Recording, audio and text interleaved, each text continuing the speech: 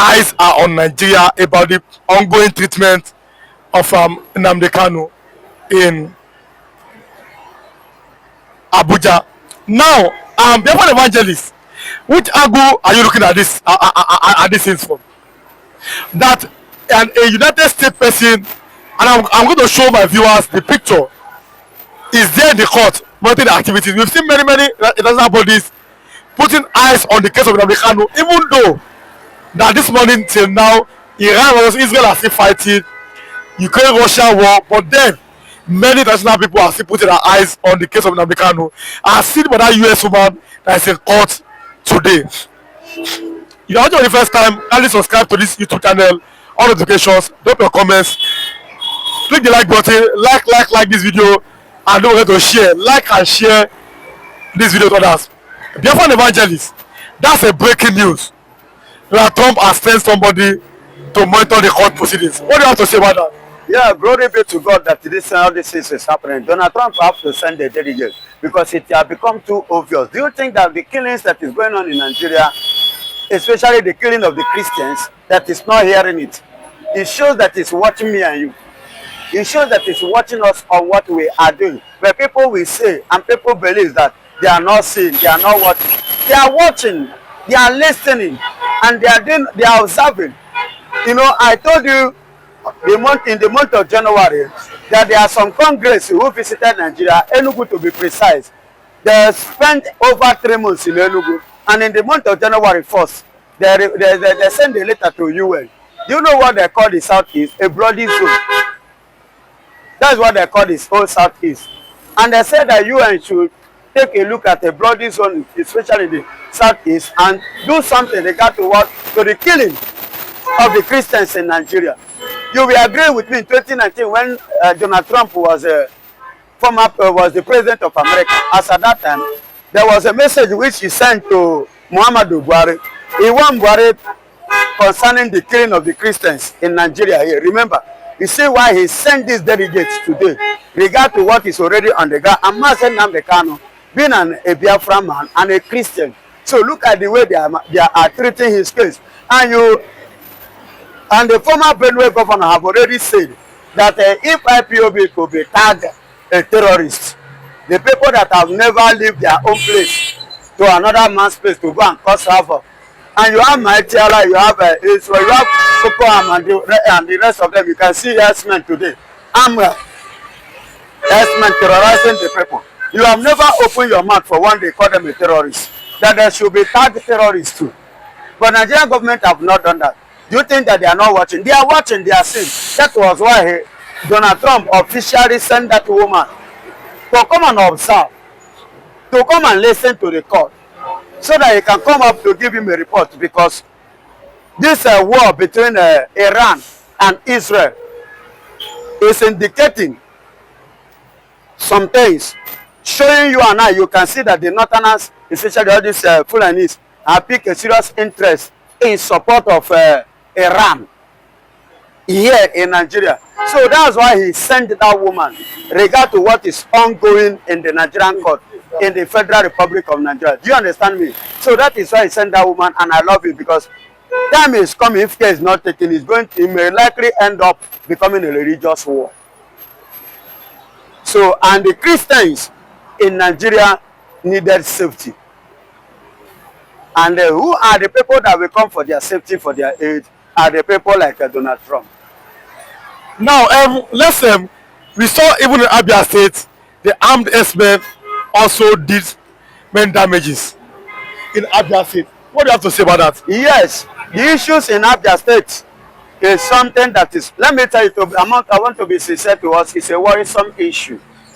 Because ever since Alex Oti, the man of the people and the people's choice, started doing the unthinkable, the undoable, what the people like Ojos Okalu, Theodore and the rest, what they could not do for over 22 or 20 something up to 30 years, what they could not achieve in Abia State is what this man has put in place within the space of 2 years.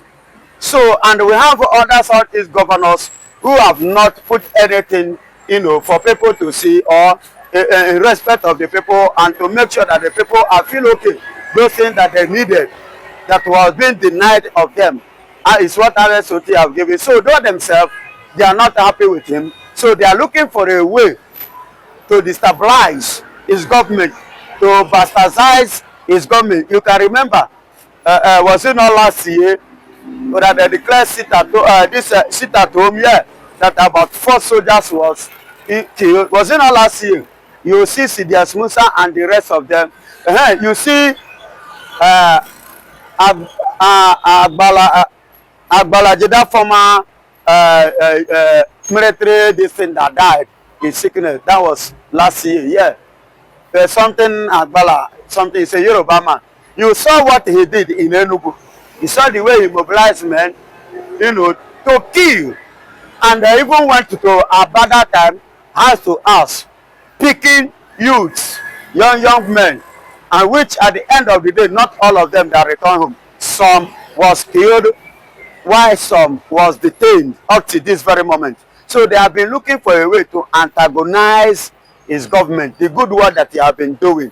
But even that conspiracy that there are some governors in Igbo land that were planted by some people to come and cause destruction. Yes, so do you believe that conspiracy? Yes, I believe it's not a conspiracy, it is real. Regarding that there are governors in the eastern part of Nigeria who may be planted by some people to cause mayhem to their own. My brother, people. Let us not talk too much. What is happening in Enugu, is it not evidence enough to tell you that some people are planted as governor in the southeast to pave way to cause harm to the Igbo indigenous? You can see, you will agree with me, what Hope Uzodinma did in Imo State, which at the end of the day, he ran to church and came out and began to tell you and I that the killing that went on or that is going on in Imo State, which they called IPOB, that it was not IPOB, but they say that there are what? Those ones. It was a political something, opponents. Then who are those political opponents? He refused to name them. But I thank God that IPOB have been vindicated in that regard. You understand me? So if you watch, there are many antagonists, many enemies, many people that are not happy with Alex Oti, with what he's doing and what he's putting in Abia State. The development. See, currently as I speak to you, in Nigeria, I will bet you, a state where you will go now and you have your 247 light is no other place than Abia State. And who does that? Who make it to happen? It's no other person than Dr. Alex Oti. We saw Benjamin Kalu, the Deputy House of Reps, is also from Abia State. He said the last time that Oti is doing well, but they must honor Bola Tinubu and the APC by bringing an APC person as the next governor of Abia State. We also saw that. What do you have to say about that? He is speaking in the angle of his office because he signed an agreement with the Fulani to become the vice, the deputy speaker. Now he is speaking based on the agreement in order to please Bola Tinubu. But I have a message. You thank God you agree that Alex Oti is doing well. Why can't you tell other governors that you people have imposed in the southeast to do well too? They don't need campaign. Let the work which they put in place, what they do, speak for them, campaign for them. Let Bola Tinubu too do the reality, do the needful. He don't need to force anybody to join APC or to vote for him. You don't need to force anybody. Do the right thing. When you do the needful, you put things in order. People will see it and people will talk about it. You don't need to campaign. On that very day, people in mass will give you vote. You don't need to force people. You don't need to beg people. And you don't need all this stress you are giving people just because you want to continue in the office in 2027. Whereas the one that opportunity that we are giving to you, the one that you have ruled, we did not see anything positive. And now, let's go on to the issue of them. If you are watching, like I said, drop your comments now. don't forget to click the like button and also share this video. If you're not subscribed, subscribe for more. Let's talk about the US person that is in court today, the woman. Does it mean that Nnamdi Kanu may finally see justice? Yeah. On the contrary, he may. I agree with the word may. Based on what James Omotosho have already said. He said even in the court, if Mazen Nnamdi Kanu should win, or him free Mazen Nnamdi Kanu, that does not guarantee him his freedom. Because he has won before in the court. Yet, I said, put your hand on your head and tell God, I will not miss this video. You must not miss it. Like and share. Because, why did I say this? When Mazen Nnamdi Kanu, this is the review of Mazen Nnamdi Kanu, followed suit to what goes on in the courts today. When Mazen Nnamdi Kanu arrived in Nigeria, they call him another Owazirike has come.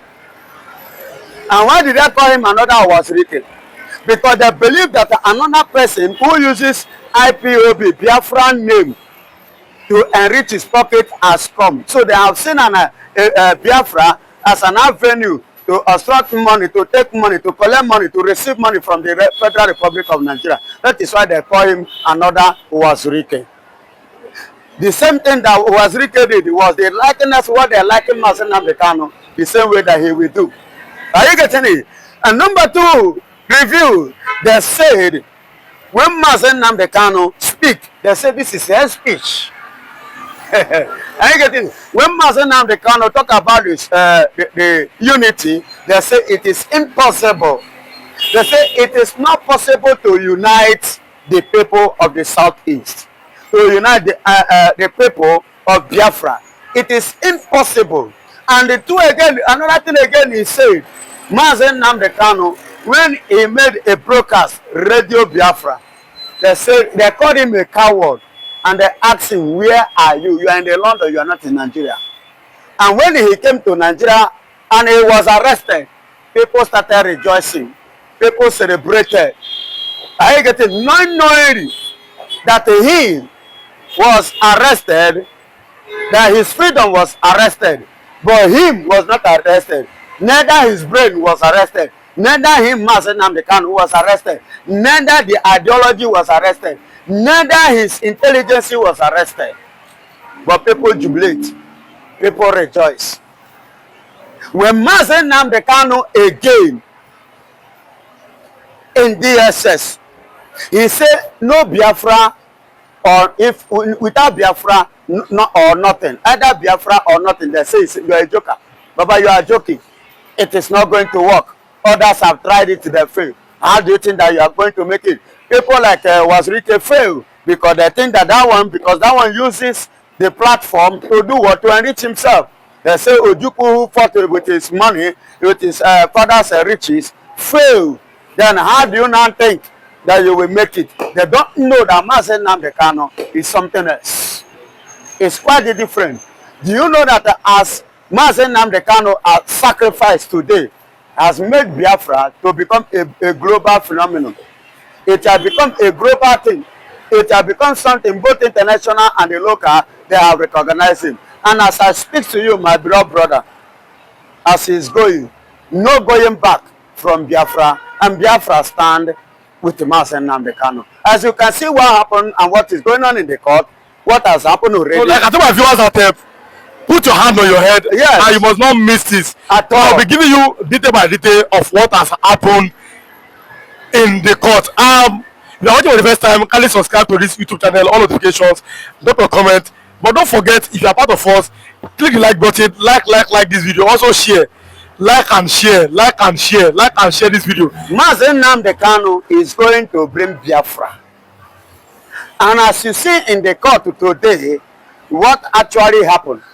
In the court today, Mazen Nnamdi Kanu, remember on the 13th, after the court case, he was referred back to Abuja under DSS, and they want to do some this in regard to the transmission, and of which, after the examination of the transmission, they said that Mazen Nnamdi Kanu smuggled the transmission into Nigeria, that it does not obtain what is it called?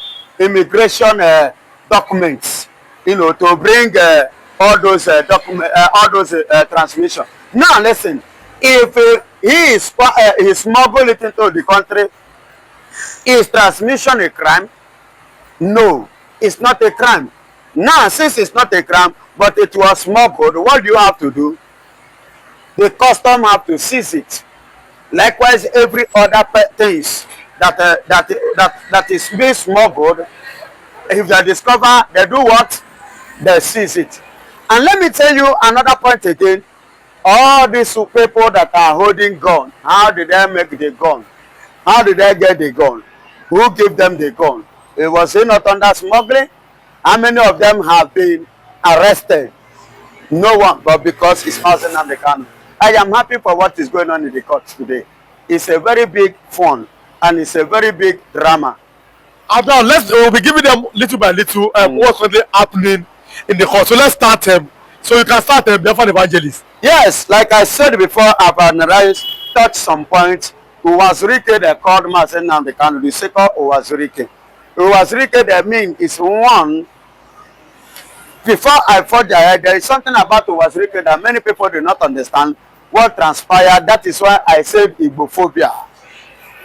In 2005, Uwazurike, Asari Dokubo, and this OPC boss, Gani Adams, with the one man, there were 4 in number that was arrested. And at the end of the day, Asari Dokubo was freed. Gani Adams was freed. The other 4th one was freed, which I've forgotten his name. But Uwazurike was detained for a year and 6 months under the watch of Obasanjo.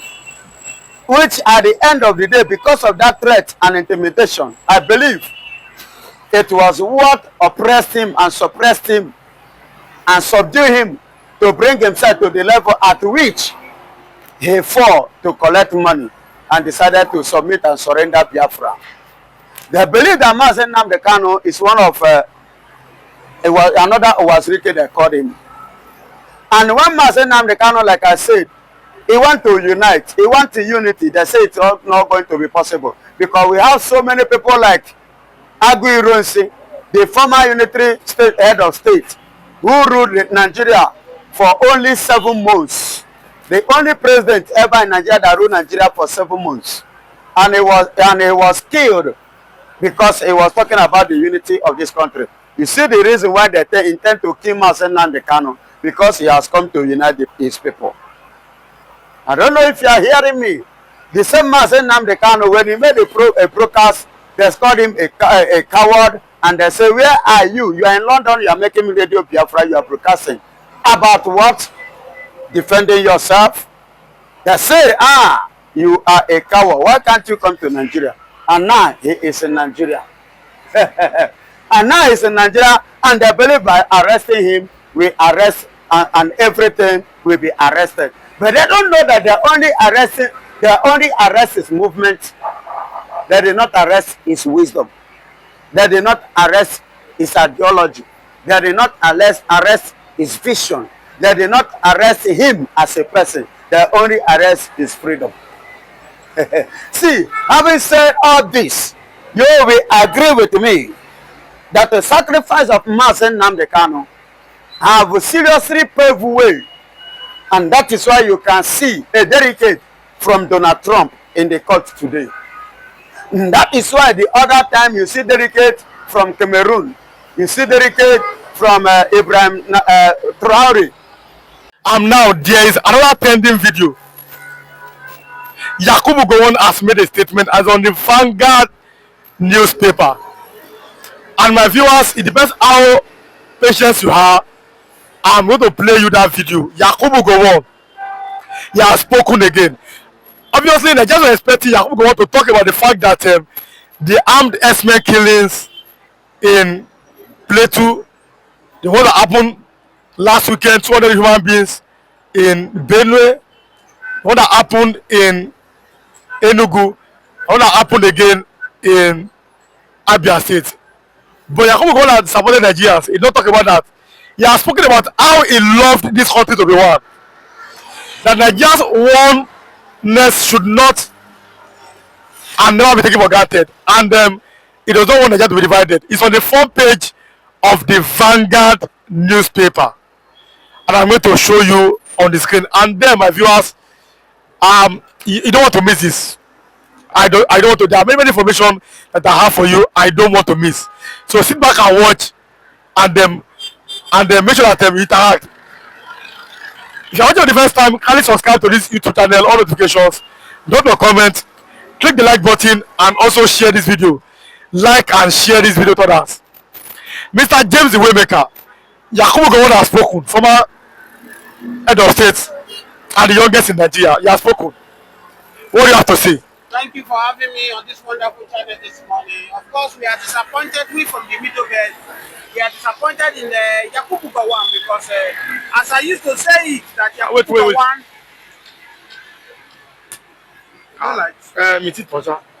Yeah.